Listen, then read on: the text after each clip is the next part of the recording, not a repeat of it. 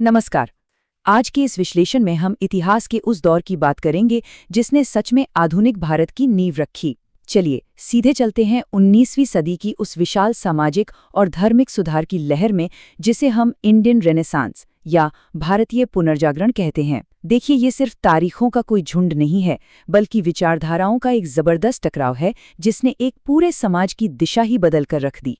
सोचिए जरा, एक ऐसी कड़ी व्यवस्था जो पिछले 3000 सालों से चली आ रही हो, उसमें सुधार लाया कैसे जा सकता है? और वो भी तब जब देश पर एक विदेशी ब्रिटिश शासन का कब्जा हो। काफी बड़ी चुनौती थी, है ना? आइए देखते हैं कि उस दौर के सुधारकों ने इन गहरी जड़ों वाली परंपराओं का सामना आखिर किया कैसे और आने वाली पीढ़ियों के लिए नए रास्ते कैसे खोले। तो सबसे पहले इस दौर को थोड़ा ठीक से समझ लेते हैं।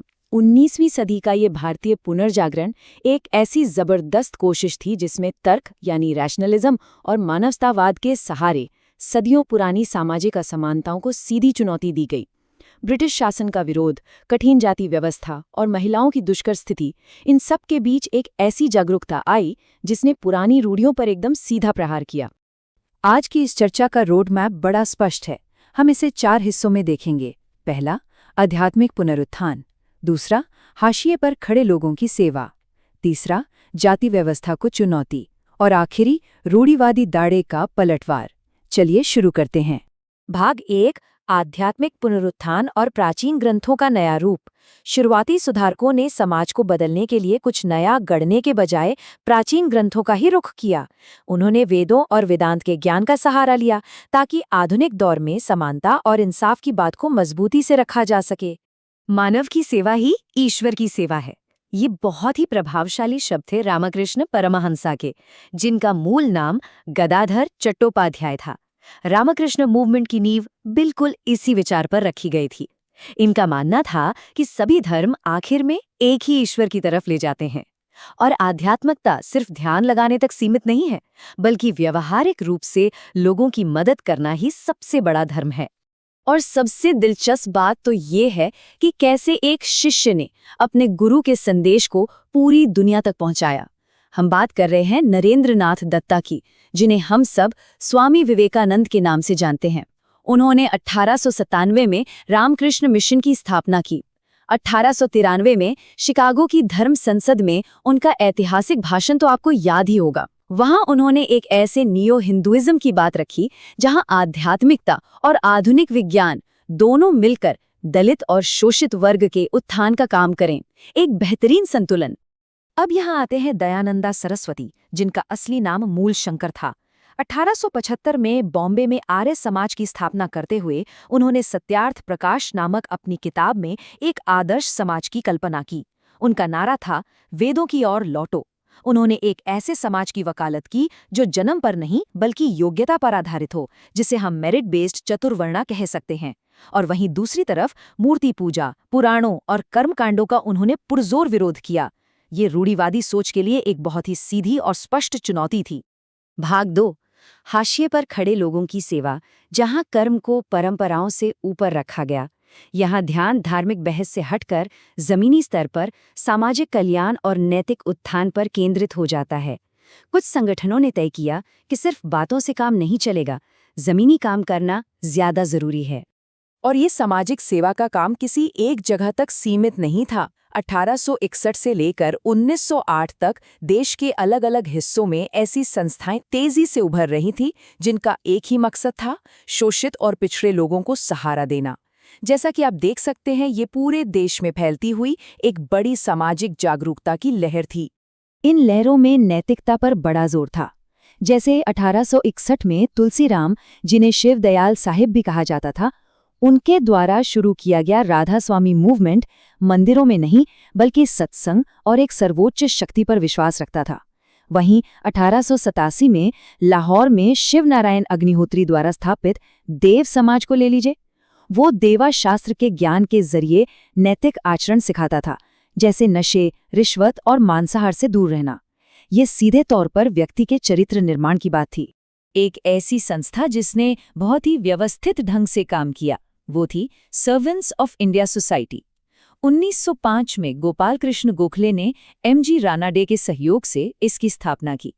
इनका लक्ष्य था ऐसे राष्ट्रीय कार्यकर्ता यानी नेशनल मिशनरीज तैयार करना जो संवैधानिक तरीकों से भारत के लोगों के हितों के लिए काम करे। और अपने विचारों को लोगों तक पहुंचाने के लिए 1911 में हितावदा नामक प्रकाशन भी शुरू किया गया। ये सच में उस वक्त का एक बहुत दूरदर्शी कदम था। फिर 1908 में आई सेवा सदन। भैरमजी एम मलाबारी और दीवान दयाराम गिडुमल ने इसे शुरू किया।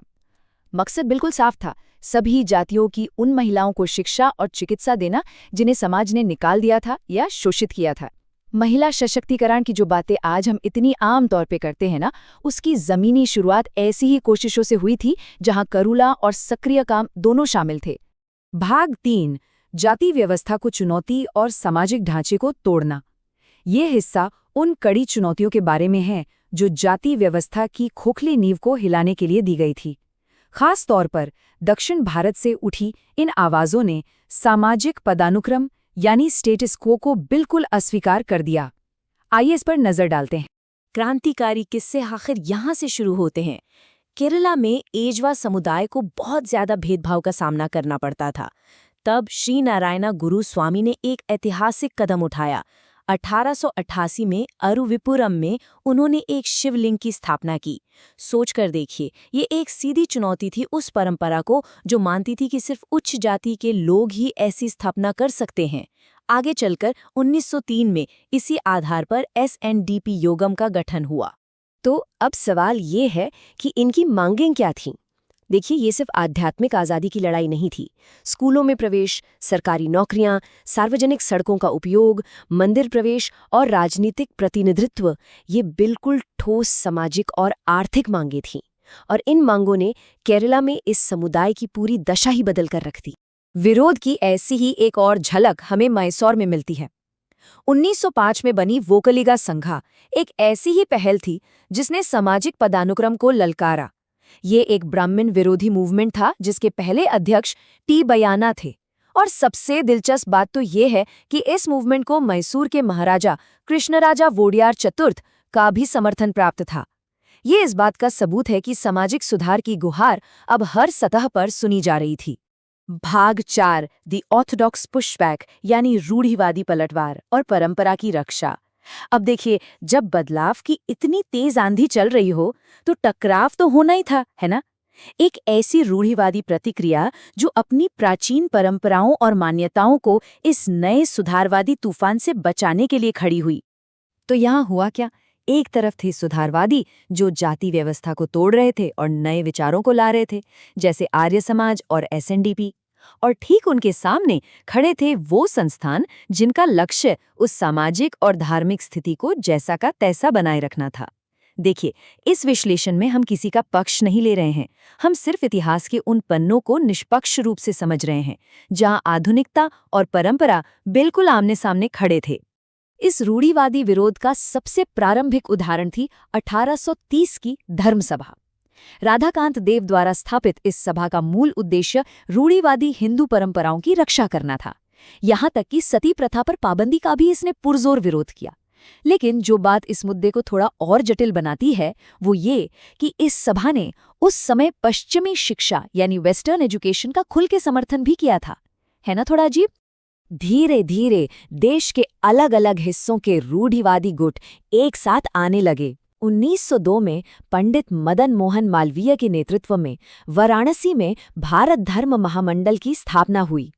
ये संगठन एकजुट होकर आर्य समाज और रामकृष्ण मिशन जैसी सुधारवादी लहरों के विरुद्ध परंपरागत हिंदू धर्म की रक्षा करने के लिए बनाया गया था। ये इस बात का एक सटीक उदाहरण है कि कैसे हर नए विचार को, हर बदलाव को एक संगठित विरोध का सामना करना ही पड़ता है। तो आखिर में हमारे सामने एक बड़ा सवाल उभरता है, इस आधुनिक दुनिया को वास्तव में कौन आकार देता है? नए विचारों का आगमन या पुरानी प्राचीन परंपराओं का संरक्षण? 19वीं सदी का ये भारतीय पुनर्जागरण इसीलिए इतना अहम है क्योंकि ये इन दोनों शक्तियों के टकराव की सबसे बेहतरीन कहानी है। मुझे पूरी उम्मीद है कि इस विश्लेषण से आपको उस दौर की सामाजिक उथल-पुथल को समझने में ज़रूर मदद मिली होगी। इस सफ़र में हमारे साथ जुड़ने के लिए बहुत बहुत शुक्रिया। बस ऐसे ही अपने इर्द गिर्द के इतिहास को समझते रहिए और नए विचारों के बारे में सोचते रहिए।